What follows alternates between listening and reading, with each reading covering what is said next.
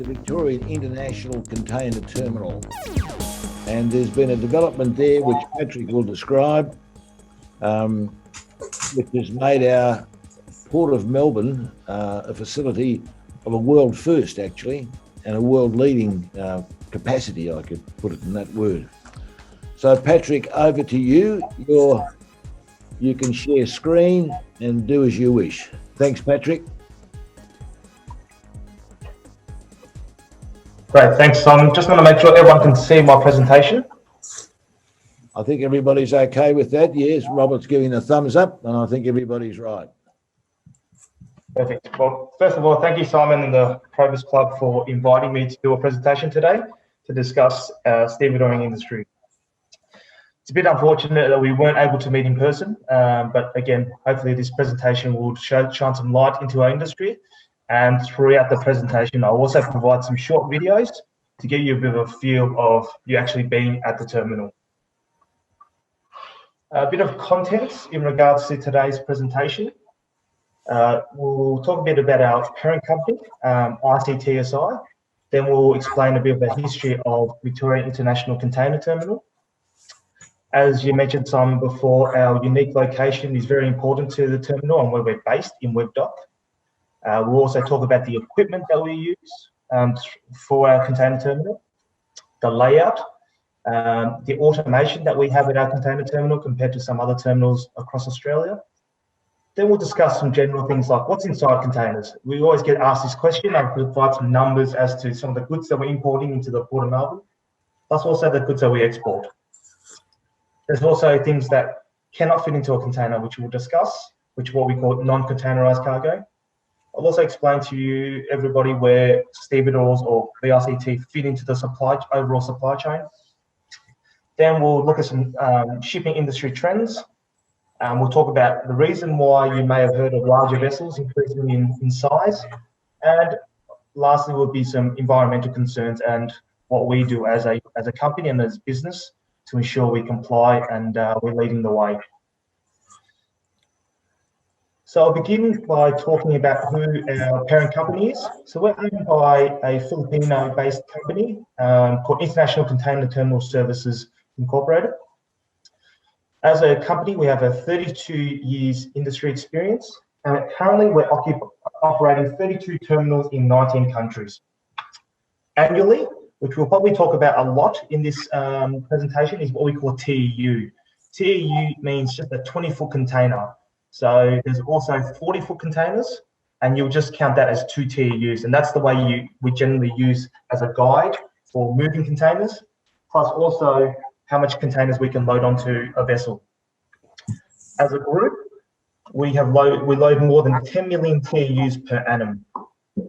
As just a small map of where we're located around the world. Moving on, VRCT. We are Australia's first fully automated container terminal. We are located at Webdock East, which I'll show you a map in the next slide just to show you of an overview of where we're located. When we designed and planned the terminal, we were looking for some main attributes which was different to some other terminals. We wanted automation, safety, environmental, how we can incorporate technology and innovation to make it efficient on the waterfront. Our terminal has a design capacity of 1+ million TEUs per annum.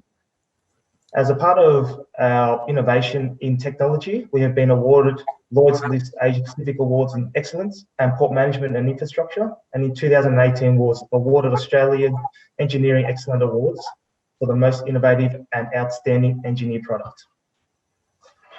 I'll quickly show a video to just explain to you what our terminal looked like. Again, this video was developed in 2016, so we look a lot different to now, but I will show you some photos of what it looks like now as well.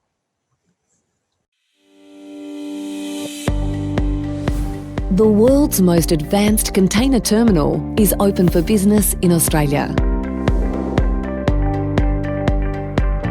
Located at Webdock East in the Port of Melbourne, Victoria International Container Terminal sets a new global benchmark for innovation and port automation.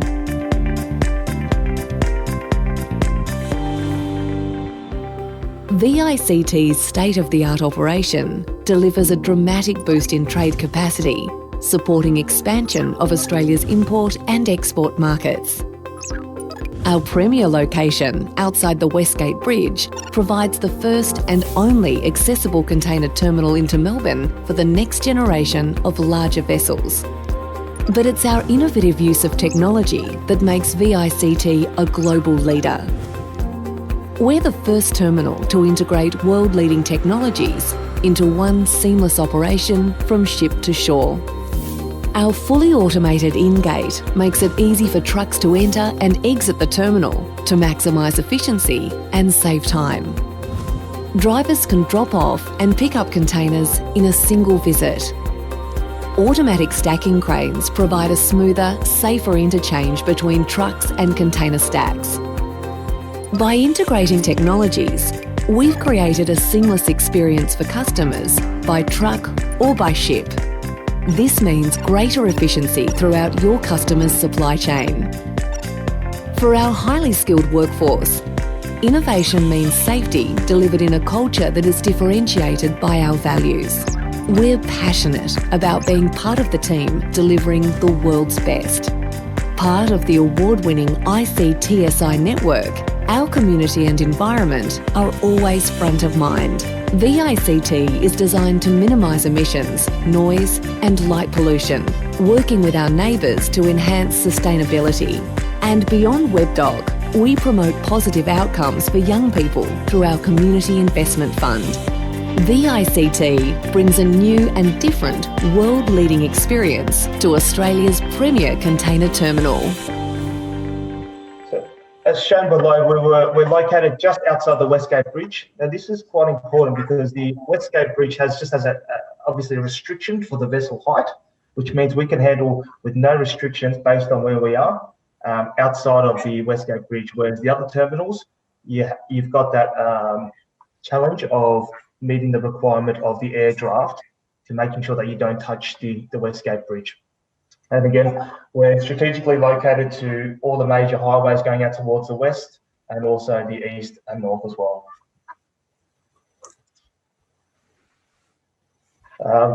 Our equipment at our terminal. So we have 5 ship-to-shore cranes. So these is the cranes that take the containers off the vessel and also load them back onto the vessel. We have 11 what we call auto container carriers. Now these move the containers from the back of the cranes to what we call the auto stacking area. And then in the auto stacking area, we have 20 separate cranes, which then moves the containers from the bays onto the trucks and vice versa. So import will obviously go one way, export will go the other way. This will tell you a bit more of the picture itself. So this is our layout overall. So we've got 2 sites. We've got what we call an empty container park across the road from our terminal, so it's totally separated. Then we've also got our actual terminal itself. And as the second picture highlights here, it's the truck entry and the holding area. Within that area, we can hold 20 Super Bs, which means we can hold quite a significant amount of trucks off the road. So on the public roads, there should be no lineups or anything like that. It's all off the road, and there's actually can wait in our terminal. Once the truck proceeds, then it goes into what we call the truck transfer zone. And this is where we're talking about the ASC cranes. So the trucks move into the site, and this is where they either drop off containers or pick up containers from there. And this is all done automation. There's no people in the cranes. There's no one driving them around. It's all automated. Then obviously the containers get moved on and off the vessel via what we call the STS, the ship-to-shore cranes.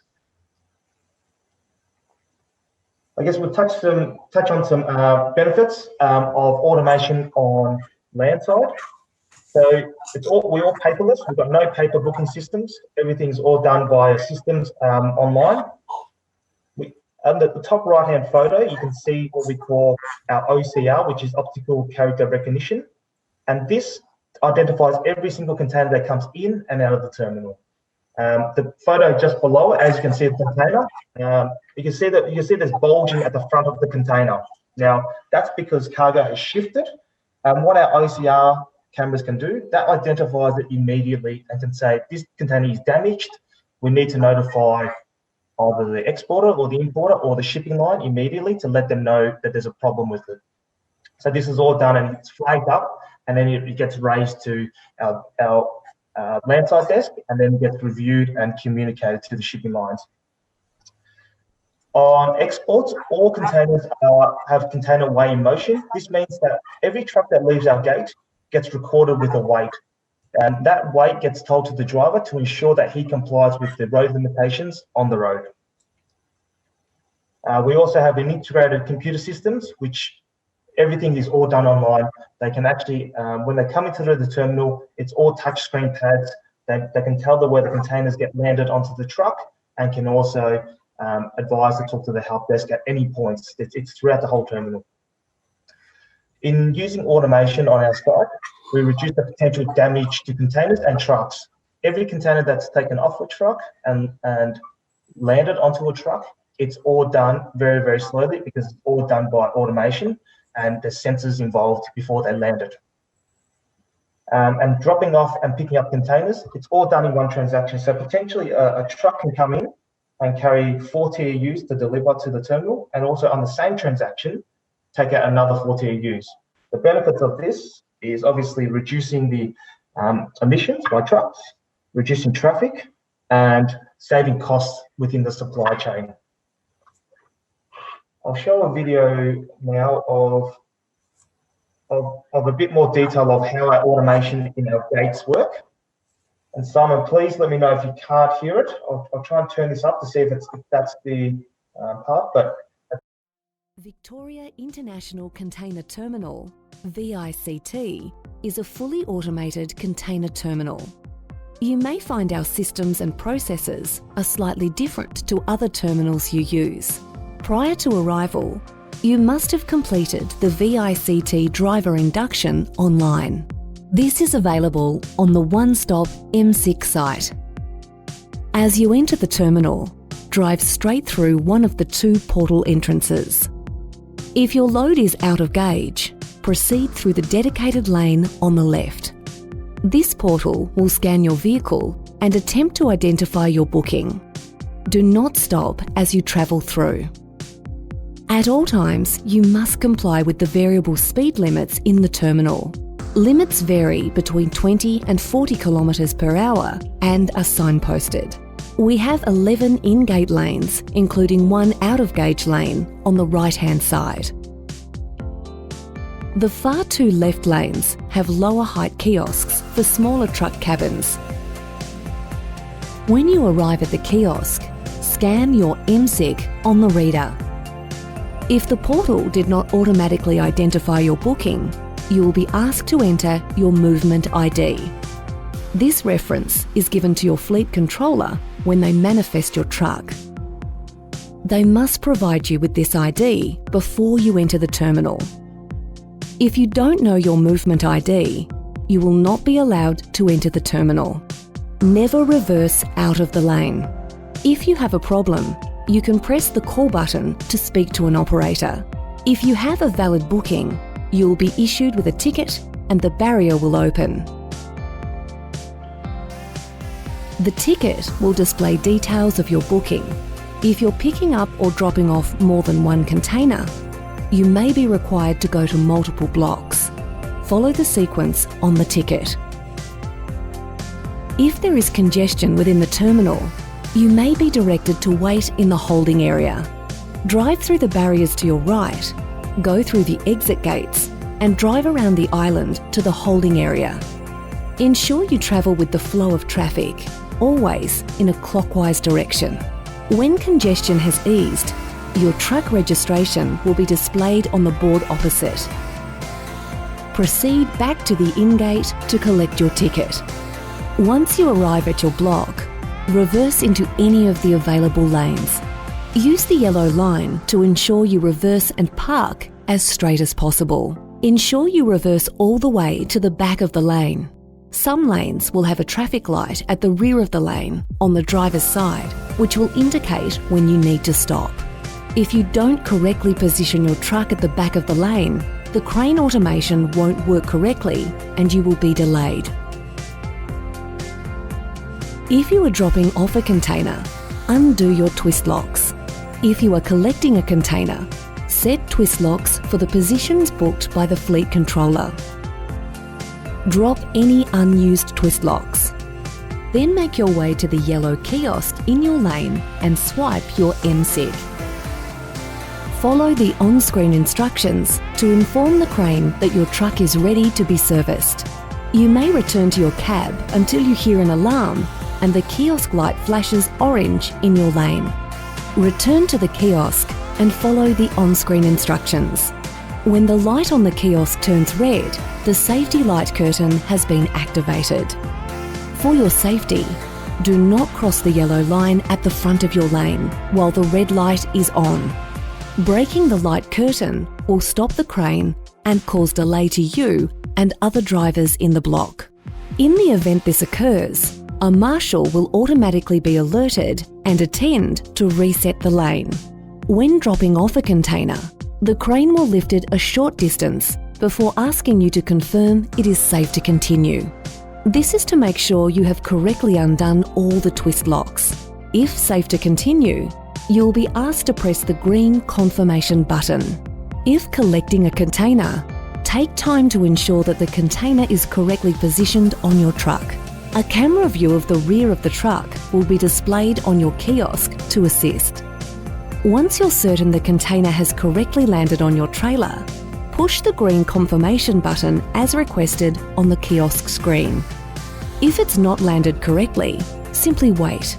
After 1 minute, the job will automatically go to an operator who will adjust the positioning of your container. All remote control desk jobs are queued, and the operator may be executing other jobs ahead of yours. Please be patient. Always wait for the light to turn green before returning to your truck. You can press the call button for assistance if you have a problem. Pushing the red stop button will shut down the crane and should only be used in an emergency. If moving to another location, as displayed on your ticket, you must follow the one-way traffic direction. Never walk between the stacks and the islands at the other side. As you exit the terminal, drive straight through one of the 2 portals. If your load is out of gauge, proceed through the dedicated lane on the left. At the exit gates, you will travel across a weigh in motion scale. To achieve an accurate reading of your axle's weights, you should maintain a speed of 5 kilometres per hour. Do not stop on the scales. Swipe your MSIG at the exit kiosk and receive a printed ticket showing your exit time and container information, including accurate weights. We look forward to you calling in again at VICT.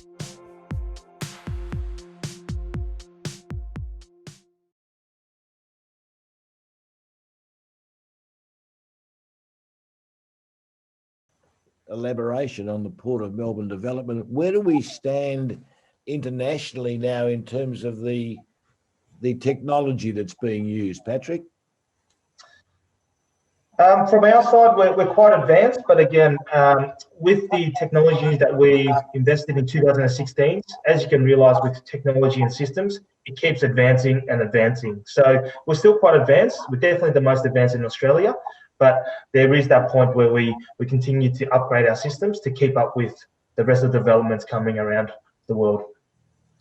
Okay. Questions, gentlemen? Does anybody? Yes, Chris, you'll need to unmute yourself. Patrick, for those of us involved in industrial relations, we remember the violent times of Chris Corrigan and Greg Combay. Now, clearly, with an automation system that you have few operators, but are they unionised? And yes, they are. And what are the issues and risks from an industrial viewpoint? Well, we removed, I guess, some safety elements, some concerns that generally come in with the stevedore side. We still obviously have people going on board and lashing. That's as a requirement. So even though we've got automation, there's still that requirement from that side. But again, we are unionised, similar to all the other terminals across Australia. Which union? Currently, we're with the AMOU. Thank you. Thanks, Chris. Any questions, gents? We're nearing the end of our time now. Simon, Yes, Gary. I've noticed, Patrick, often even driving around through Port Melbourne to get up onto the Westgate Freeway, that there seem to be great piles of containers lying around, as well as along the Footscray Road. Yep. Are any of those surplus to needs, or are they all there to be used? Yeah, good question, Gary. I guess the challenges that we face at the moment, not with some of the shipping lines calling us, but there are some certain shipping lines, especially if you're driving down Footscray Road, that there's a surplus. And that's simply because of, I guess, import demand. So generally, when there's a lot of imports coming in, there's not that much space to load empty go back out. You have the challenge of having that imbalance. Australia's always been an imbalance, I guess a surplus for 40-foot containers, as I explained earlier. We get a lot of imports coming in, which is very light and very, I guess, large in size. But all our exports are all heavy goods that need to go in 20-foot containers. So we've got that imbalance of too little 20-footers in the country, too many 40-footers. So we have that challenge that's generally around, and I don't see that will be changing in the near future. It's just one of those things of based on our import and export. Not too many places around the world will have a very good balance of import and export coming in and out. Thank you, Patrick. Thanks. Patrick, you talked about the size of the boats that are coming into Melbourne. Maximum at the moment it's 10,000 tonnes, I think you said. How are we going to cope with these 23,000 tonne ships up the on the current course? That because we know what happened last time when there was a lot of hoo-ha going on about the deepening of the channel. Could you tell us what the capabilities of the current channel in coming into the Melbourne port as far as size of the ship is concerned? Yeah, sure, no problems, Roger. When we're referring to the size of containers, we're talking about the actual containers themselves, not the dead weight. So when we're talking about 10,000, it can actually load 10,000 containers, so 20-foot containers that can load. I guess the limitations at the moment is through the Port Phillip heads. My understanding is the largest vessels that can potentially come through there is 367 metres. So around that would be, you can say about 15,000 TEUs.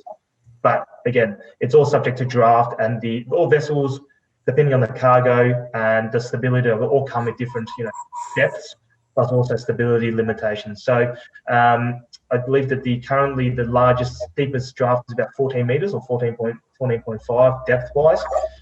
So if you want to increase, obviously go to larger. There may be a requirement to increase in the dredging. Okay, thank you. Thanks, Patrick. Patrick, if I may, Keith Ross, my name. There was talk about developing another container port downstream of the bridge, so the cargo didn't go upriver. Is that still on the cards? Keith, that's our terminal. So our terminal is not upriver. We're sitting on the other side of the Westgate Bridge. I understand that. I thought there was going to be one on the river side of Webb Dock. No, not my understanding, and not based on Port of Melbourne's, I guess, development strategy up to 2050. It's just to be developing at Webb Dock. Okay, thank you. Patrick, could I just ask Patrick, the refrigerated containers, how is the refrigeration maintained? They're plugged into power. So at our site, they have a cable. All reefer units have a cable, and they're plugged in and checked twice per day. At the same time, when they go on board the vessel, they're also plugged in to keep them running. Thank you. Good question, Rod. The pharmaceuticals. Questions, gents? John, did you have one? No. Yes, Graham.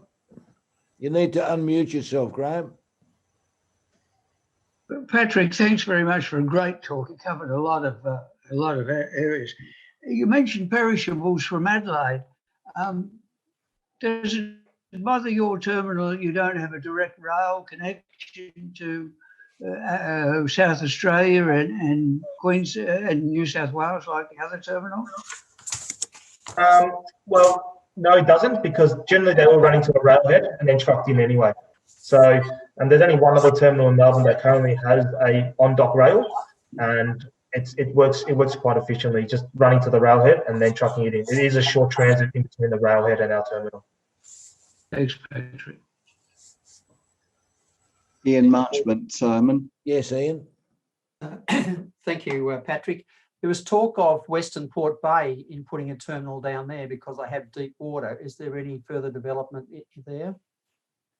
Ian, not that I'm aware of. Obviously, there is discussions, you know, from a state level in regards to Hastings and also Western Port, but not that I'm aware of any further developments. Thank you. Thanks, Graham. Any further, gents? Are we all done? Patrick, thank you so much. That's been a most illuminating discussion. I'd appreciate if you could send that link so that those that wish to can get hold of some of those videos and the sound and redo them for themselves. But thank you. That's been a most entertaining and educational presentation, Patrick. Let's all give a round of applause. Thank you for your time. Thank you for allowing me to present. Thanks, Patrick. Bye now.